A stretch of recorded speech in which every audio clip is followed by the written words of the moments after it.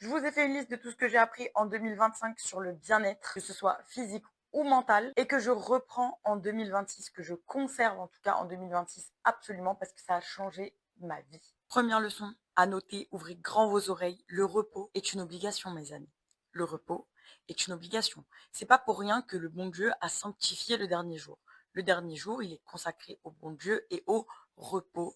Se reposer pour les perfectionnistes, les gens qui se sont fait balayer quand ils étaient petits, quand ils avaient 19 au lieu de 20, le repos, ce n'est pas de la flemmardise. Se reposer, ça ne veut pas dire faire des choses moins fatigantes. Se reposer, ça veut dire éteindre son cerveau, ne pas travailler, ne pas répondre à des messages, ne pas répondre à des mails, ne pas faire le ménage. Se reposer, mettre une série, mettre de la musique, lire un bouquin, pas étudier, lire un bouquin, se calmer, d'accord? Parce que sinon, vous êtes à ça du burn-out. Parce que Tata, elle est à ça du burn-out.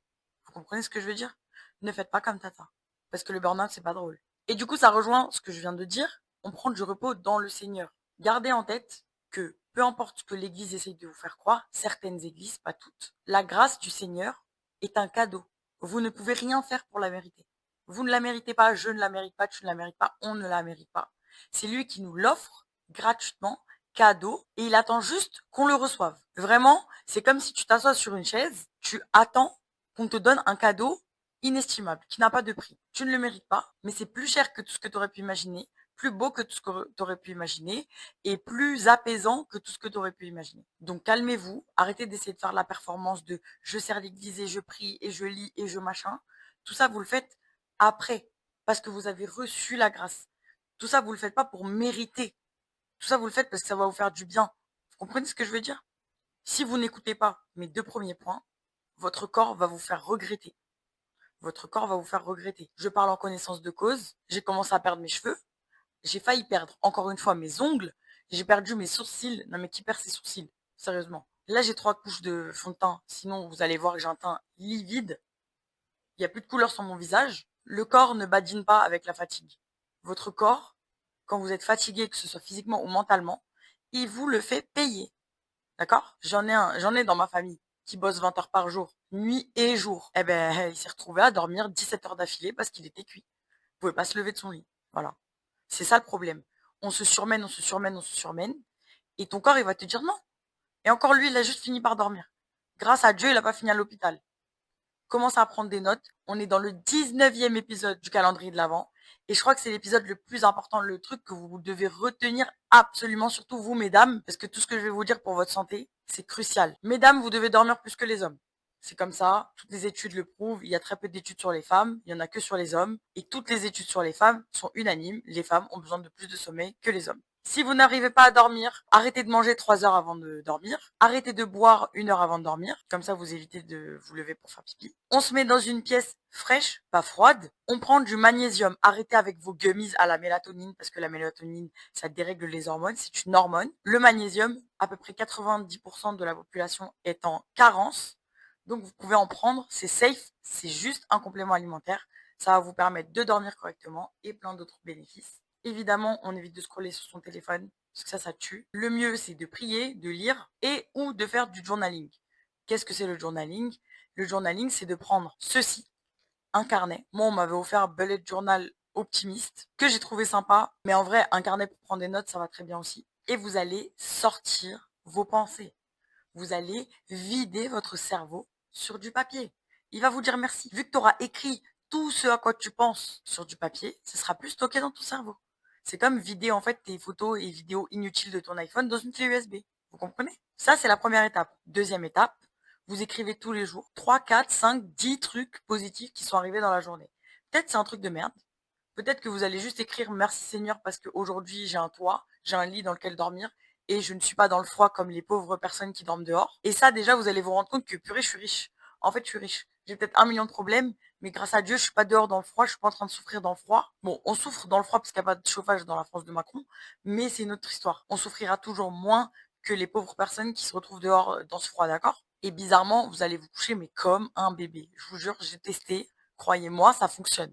Le sport n'est pas une punition. Je répète pour les gens au fond, le sport n'est pas une punition. Vous aimez pas le sport, moi non plus. Vous aimez pas courir, vous avez qu'à marcher. Vous n'avez pas envie de marcher dehors, dans le froid, dans le noir, moi non plus. J'ai pris un tapis à la maison, ça coûte 100 euros, 150 max. Vous voulez pas payer un abonnement à la salle de sport? C'est pas grave. Vous faites des vidéos de YouTube, pilates, muscu. Il y a même de la muscu poids du corps. Votre corps, il est assez lourd, vous inquiétez pas. Vous pouvez prendre des bouteilles d'eau. Il y a des millions de tutos pour tout et n'importe quoi. 3 séances de 30 minutes par semaine, ça suffit largement.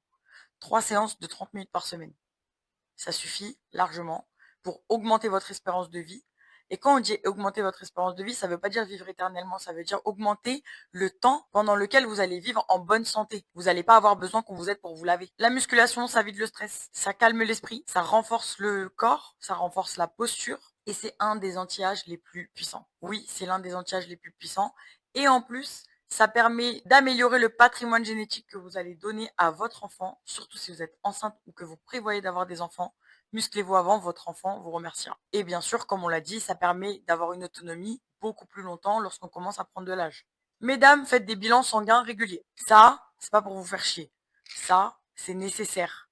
Parce que si vous prenez pas ça, c'est-à-dire des compléments alimentaires, vous allez prendre des médicaments. Les médicaments, c'est pas drôle. Vous allez finir par faire des perfusions de fer hyper longues à l'hôpital.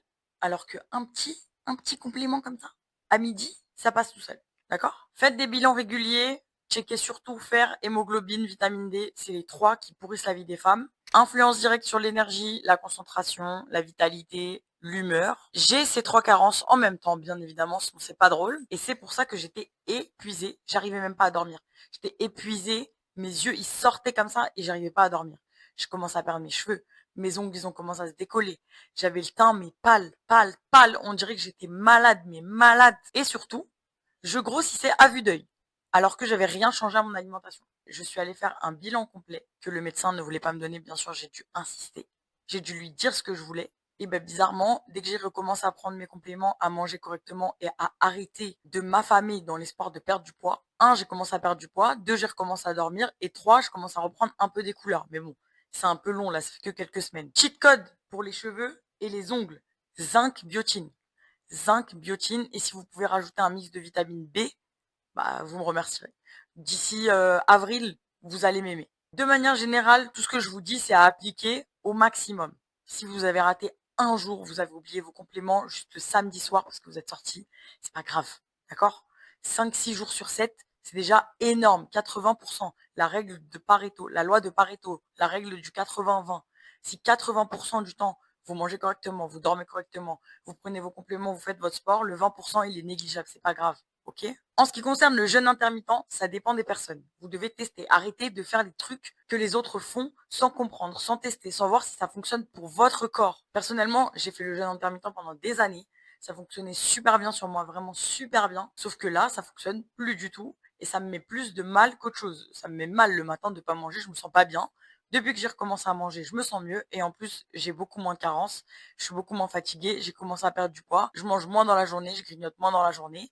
Ça fonctionne sur moi à l'instant T. Peut-être que dans 1 an ou 2, je vous redirai jeûne intermittent.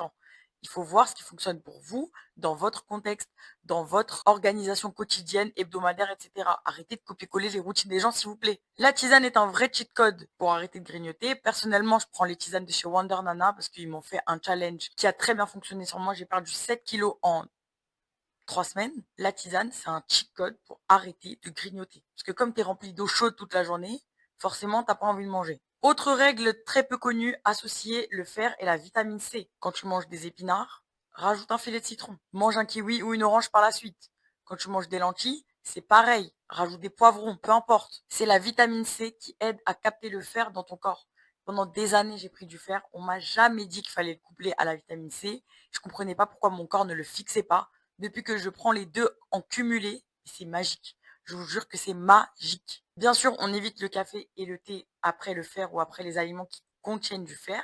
J'ai bien dit thé, pas tisane, parce que dans la tisane, il n'y a pas de théine. La théine, c'est une forme de caféine. Et c'est ça qui, en fait, empêche le fer de se fixer dans le corps. Pas besoin du docteur, allez voir docteur Gaïa, de toute façon, les médecins, ils s'en foutent de votre vie. Mangez suffisamment. Ça ne veut pas dire manger trop. Ça veut dire arrêter de vous affamer dans l'espoir de maigrir, ça ne marche pas. Je vous jure, en m'affamant, je me suis aggravé mes carences. Et du coup, ça a fait effet inverse et j'ai pris du poids. Non mais c'est n'importe quoi. Bien sûr, on arrête les régimes, on supprime totalement une catégorie d'aliments. On arrête de supprimer les glucides. Justement, on mange des glucides. Vous pouvez temporairement les réduire pour réduire vos calories, mais je trouve que c'est pas non plus la bonne stratégie, surtout si vous êtes dans une période de stress et de fatigue intense comme moi. Par contre, vous pouvez carrément réduire vos portions de un peu tout. Manger à peu près un quart ou un cinquième en moins de votre assiette. Les protéines et les bons gras, c'est les cheat codes pour la satiété et la santé hormonale. Si vous mangez pas d'huile d'olive, d'avocat, de graines, j'ai pas compris ce que vous faites. Par contre, attention, c'est très calorique. Un tiers d'avocat, ça suffit largement. Une cuillère à café d'huile d'olive, ça suffit largement. On vous a pas dit de les supprimer ni de les boire à la bouteille. Buvez de l'eau, d'accord? Buvez de l'eau plate, pas de l'eau gazeuse, pas du soda. Les tisanes, les cafés et tout, ça ne compte pas. Même si vous avez bu 1 litre de tisane, de café, de soda sans sucre, de tout ce que vous voulez, l'eau, ça reste de l'eau. On boit, c'est 2 litres d'eau par jour, obligatoirement. Mon cheat code pour tenir mon régime, c'est de faire les mêmes repas tous les jours. Je sais qu'il y a des gens qui détestent ça. Mais là, je suis en période de stress. J'ai beaucoup de travail. Que ce soit à mon vrai travail ou que ce soit sur les réseaux, je me suis lancé un défi, je sais pas pourquoi. J'ai énormément de boulot. Je travaille beaucoup quand je rentre du vrai travail. Je répète mes repas. Je mange la même chose tous les midis, tous les soirs. Ça me dérange pas personnellement parce que je sais que c'est temporaire. Ça m'enlève une charge mentale, mais ne pas me poser la question de qu'est-ce que je vais manger, c'est incroyable. Tu prends le truc, tu le mets, tu sais déjà ce que tu vas manger, c'est réglé. Et c'est pareil pour le meal prep si vous avez le temps et si vous avez la place surtout. Franchement, préparez vos repas à l'avance. Je vous jure, préparez vos repas à l'avance. Vous faites ça 2 fois par semaine. Ça veut dire que vous cuisinez que 2 fois, vous faites la vaisselle que 2 fois. C'est magnifique. Et c'est économique. Ne stressez pas pour tout ce qui est rangement, ménage, tri. Si vous êtes comme moi, en tout cas, vous aimez tout ça toujours carré, parfait et tout. Là, je vous dis la vérité, mon studio de tournage, il est au milieu de mon salon. Mon salon, il ressemble à rien. C'est horrible. Donc pour quelqu'un qui adore quand tout est carré, tout est nickel chrome, qui est limite maniaque un peu sur les bords, c'est très compliqué de vivre avec ça. Mais en fait, je me dis, t'es un humain, t'es un être humain. Personne ne va venir toquer à ta porte en disant c'est sale. Chez toi, c'est sale. Parce que c'est pas sale fondamentalement. C'est juste pas aussi carré que je l'imagine. Encore plus si vous avez des enfants, franchement, laissez couler. Abandonner l'idée d'une maison Pinterest, ça n'a pas d'intérêt. C'est mieux qu'il y ait de la vie chez vous et que vous restiez en vie, que ce soit mentalement, physiquement ou de manière générale, plutôt que de se stresser pour le ménage. Du coup, maintenant, je fais les gros ménages dans les semaines qui sont moins chargées. Pour terminer, je vous dirais, acceptez que le bien-être soit cyclique, encore plus chez les femmes, parce que c'est étroitement relié à notre cycle menstruel. Vous avez moins d'énergie avant et pendant vos règles, c'est normal. Vous avez beaucoup plus d'énergie ensuite. Profitez de chaque moment de votre cycle pour faire la chose la plus adaptée pendant ce temps. Et c'est là que vous allez voir que votre bien-être se régule sur l'année. Si vous notez tout ça pour 2026, votre santé sera imbattable et vous allez dire merci Gaïa. En attendant, pour me dire merci, suivez-moi sur Insta, sur TikTok et abonnez-vous si ce n'est pas déjà fait. Bisous!